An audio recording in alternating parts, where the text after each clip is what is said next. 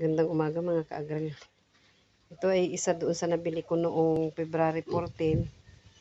Yung galing kay Sir Jonathan Toledo na biik. Hindi siya masyado pang kumakain hanggang ngayon.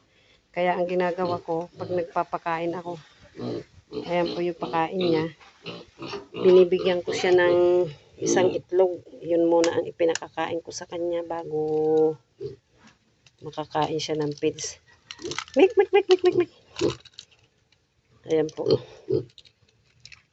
Kasi walang iniwan din ito sa tao na nahirapan masyado. Ayan. Ayan pa siya. Nag-aalangan na. Tagal niya bago kumain. Ayan po. Ayan. Sinisip-sip niya yung itlog bago ko siya pakainin. Yan ang kanyang unang kinakain. Maraming salamat mga ka-agril. God bless po. Magandang umaga po.